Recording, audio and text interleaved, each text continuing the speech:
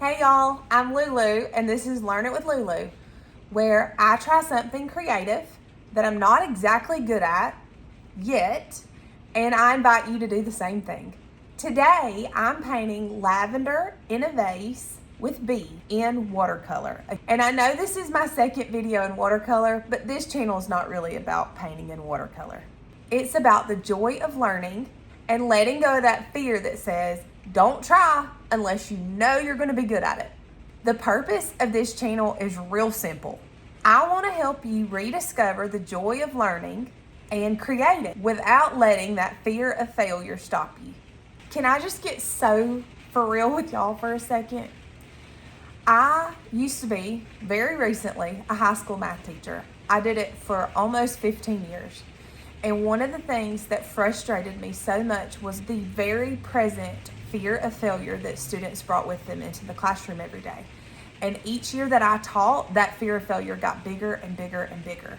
Even the most capable students would be scared to start a math problem if they didn't know for sure they'd be able to get to the end of it with the right answer. Then, when I quit teaching, I started an art camp in this little studio right here. And I watched small children be scared to put paint to paper because they were scared it wasn't going to turn out pretty at the end. I truly believe we have an epidemic of fear of failure on our hands, and the Lord's laid it on my heart to start this YouTube channel to show you that you can try and you can be bad at it till you're good at it. So, full disclosure, I am painting watercolor and I do know how to do watercolor. I still mess up, but for the most part, I kind of have it together when it comes to that. However, you are watching me do something I know how to do while I learn how to make these YouTube videos, which I do not know how to do. So, come with me while I paint these bees in lavender in watercolor. Let's talk materials. If you're going to paint along with me, this is what you'll need. Some watercolor paper, and I would not use regular copy paper or notebook paper. You really need to invest in some watercolor paper if you're going to do it. It's real thick and it's able to hold the water. You don't have to invest in expensive watercolor paper. They sell it for pretty cheap at Michael's and Hobby Lobby. You need a jar of water or cup of water.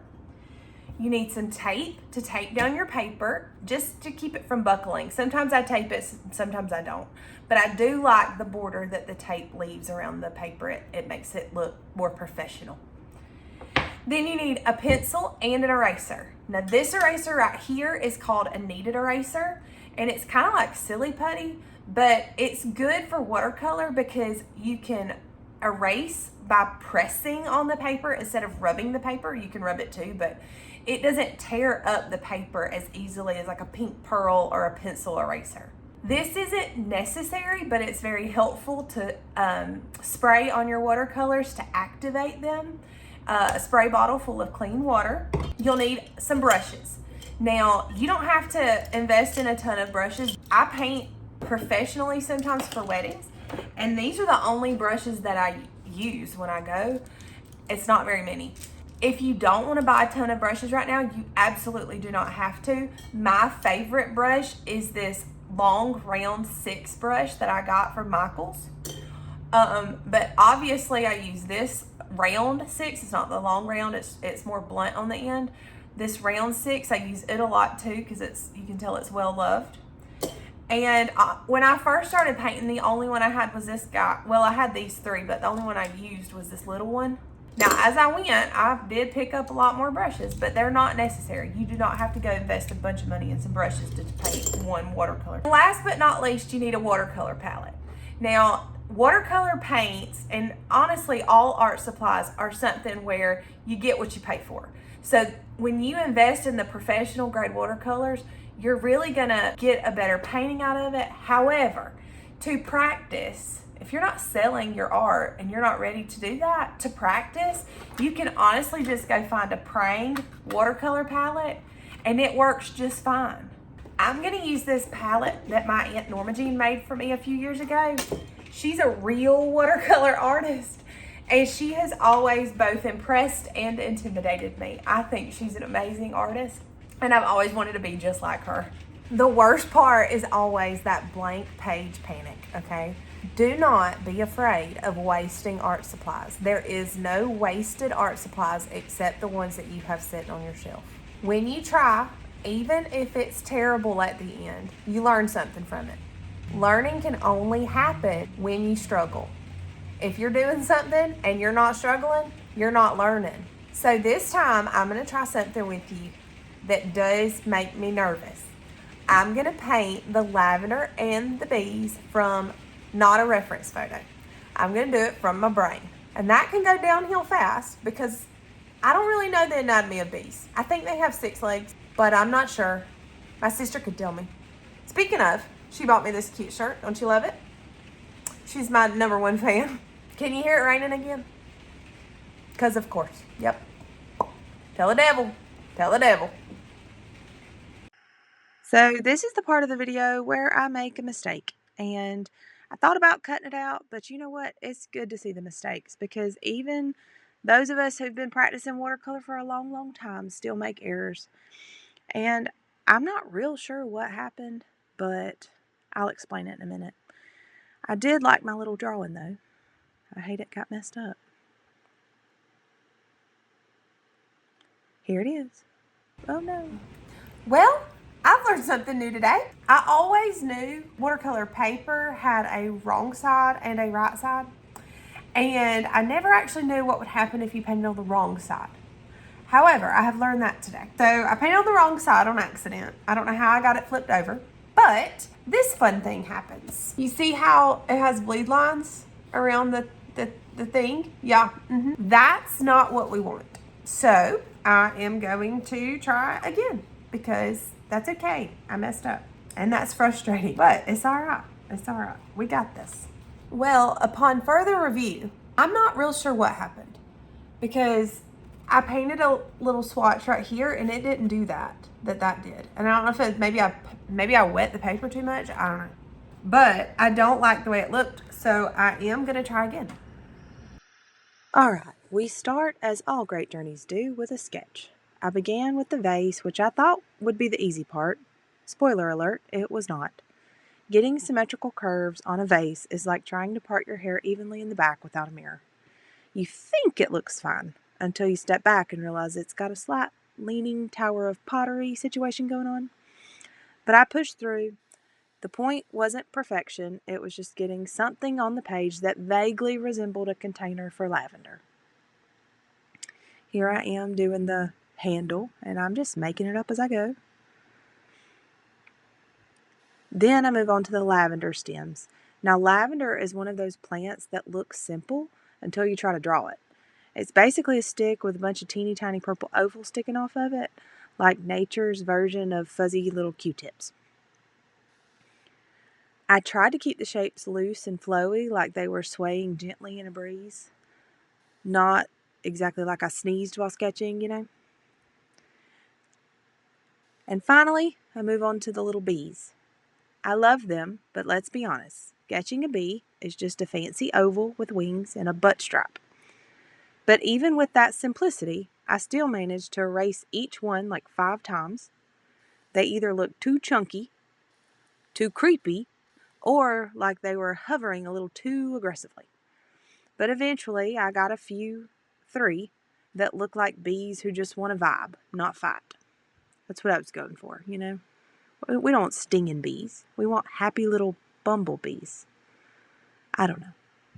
Did you know bumblebees were too fat to fly, but somehow God made it work? That's why they're so cute. And here I am using that kneaded eraser to lighten all my lines so that they don't show up underneath my watercolor. Also, make sure you erase any lines you do not want to show, because as soon as you put the paint to the paper, that pencil line is going to be there forever. Next up, I started painting with the vase, because I figured, start with the thing you're most nervous about, and then at least if you mess it up, you can cry early and recover emotionally before the next part. I went in with some soft purples, and then I thought it was a little too light. That is one thing I do struggle with watercolor, is I almost always make it too light, and I need to work on getting my colors a lot more vibrant. And let's just be honest, with watercolor, you're really just pushing water around on the paper. That's what you got to do. If there's too much water, your paint's going to be too light. If there's not enough water, you're not going to be able to push the paint around on the paper.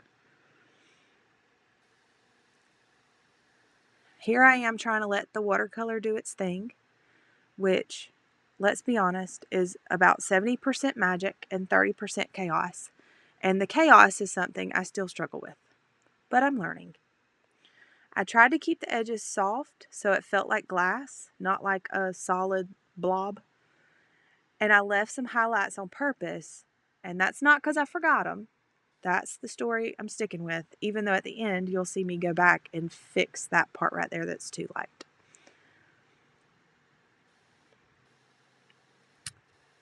Let's see. Still, oh yeah. So now I've decided I'm done with the vase, but I'm wrong. I'll go back to that.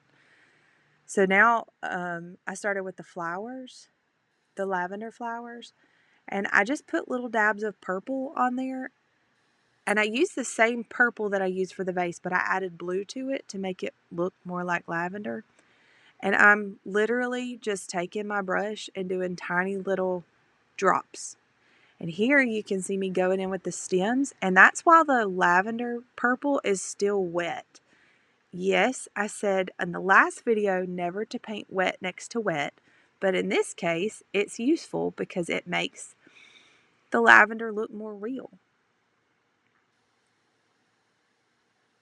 I tried to avoid making it look too uniform because nature's messy, and also because I'm a little messy. So, synergy. Some of the flowers were more purple and some of them were more blue. And honestly, by the end, I had a whole lavender gradient going. It was unintentional, but I liked it. And if you look closely, you'll see one or two oop spots where the paint bled a little. A couple of the lavender flowers look like little hearts. I'm going to call those artistic flair. When I was painting the stems, like I said, I went ahead and painted the stems while the flowers were wet so I would get the green bleeding into the purple. This was partly because I wanted it to be that way, and it was partly because I was trying to get finished. I used a light green for my stems, and I let the brush dance a little bit. I tried not to let it be too straight or too stiff. Lavender stems have a little bit of personality, and I respect that. Some more of the same here. I'm just doing little dabs of purple, little bit of green in there. And I'm going to have to go back to this in a little bit because I thought I was finished, but I was not. I didn't think my lavender was dark enough. And I forgot to put some leaves on some of the little stems. So here I am going through the purple while it's still wet. Oh, see, I forgot those little leaves right there, so I'm adding the leaves. Leaves, leaves, leaves.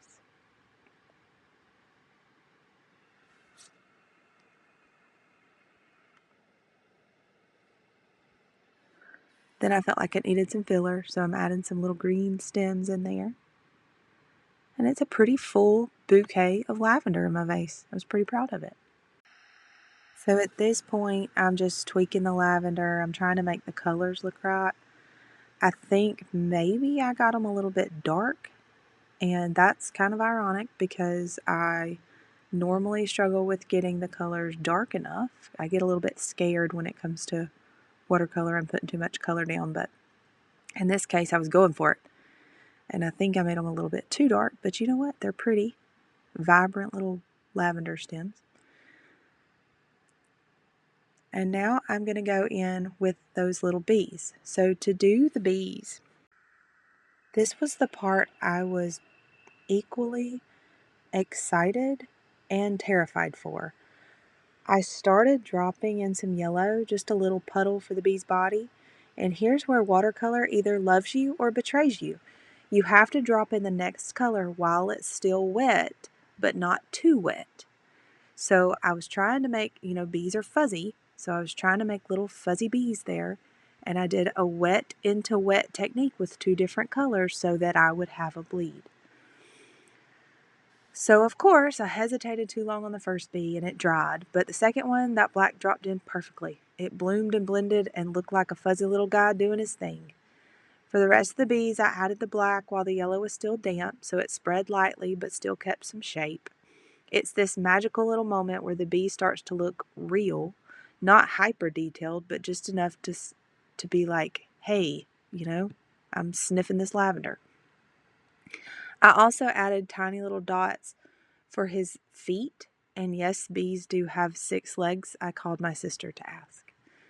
They're not anatomically correct, but hey, they are emotionally correct, and that's what counts. I also added their little wings, and if you saw my dragonfly painting, that's not my favorite thing to do, but it worked. To ground the whole painting, I added a clear water wash underneath the vase, and then I went in with some black to add a shadow, because otherwise it looked like it was floating in an emotional void. And I added a soft shadow under the lowest bead too, just to anchor it, because he's like standing on the table, sort of, I guess. I used a watery black that I had in my palette and smudged it out with a clean brush. That trick always makes me feel like I know what I'm doing, even though I often am making it up as I go. Here, I realized my error of my ways, and I went in to fix some of my lavender. I forgot to put green leaves on those, and there's one stem right there that I just thought should not be the same height as the one that's next to it. I don't know if you can see it now, but in a second you will see me correct my mistake. And that's the thing. Sometimes when you're painting, you got to take a step back and maybe even walk away from it for a little while and come back with fresh eyes. It'll make you feel better, and it'll give you more idea of what's wrong if you're feeling like something's wrong and you can't figure it out. I did not take a step back, but I did stand up at one point so I could get a further off look from it. And sometimes your painting is like a Monet. You got to look back to see how cute it actually is. There I was making that one stem of lavender longer because I just did not like the way it looked next to the other one. And at this point, I realized I don't like the way that side of the vase looks. It was looking a little bit wonky. It's not symmetrical. I don't know if you can tell that. But I felt like it needed more color, and the handle, if it were glass, would be darker. So I put in that color there, and then in order not to have a line, I went in with just a clear water wet brush, and I pulled that color out to the rest of the vase. And here I am putting some darker paint into the handle to make that handle darker. It just felt more real to me when I did that. Now I'm feeling pretty good about it. And so I'm going to do my splatter. Now I did learn this splatter technique from my Aunt Norma Jean, and she does do it a lot on her paintings. And I've always loved it. It makes it look looser and more artistic. At that point, when I splattered, I got the paint in the wet vase and it bled, and I panicked a little bit and grabbed my blow dryer because I told y'all not to do it, and then I did it. But you know what? You do as I say, not as I do. So now I'm finishing my splatter, and there's a couple of places here where I splattered some paint onto the bee, literally a big blob onto one of the bee's faces, and his face turned the color of the vase. But what I do is I pick up all the different colors that I had in the painting, and then I just splatter them around. I did the colors of the thing splattered closest to that thing, if that makes sense. So for the bees, I splattered yellow around the bees, but I didn't splatter it all over the painting. For the vase, I did splatter that all over the painting. And for the lavender, I tried to splatter that blue purple color up close to the top. And then I'm feeling good about it, so I'm going to blow dry it and fix that little bee's face where I put a big blob of purple in front of it. And I'm going to go about my merry way and untape this guy and sign my name at the bottom, which you do not get to see because somehow during filming, my camera just like drifted. But that's okay because I'm learning how to make a YouTube video and mistakes are part of learning. So I just went with it. I'm not going to do it over again. But I signed my name at the bottom, Lulu, with my little daisy. And I'm pretty proud of it. I think I'm going to give it to my sister. All right, y'all, we've got ourselves a little painting. I've got a couple ugly bees and I've got a little bit of boo-boo going on in there, but that's all right.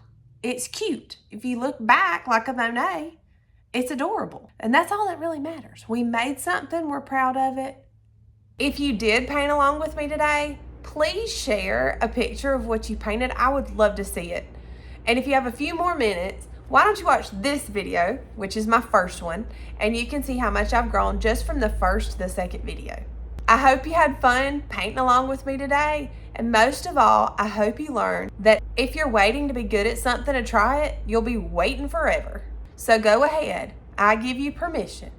Make a mess, make a memory, and make some magic while you're at it. Always remember, you do not have to be great at something to start it, but you do have to start it to get great. I've had fun with you today. I'm Lulu, and I'm learning it the hard way, so you don't have to. All right, love you, bye.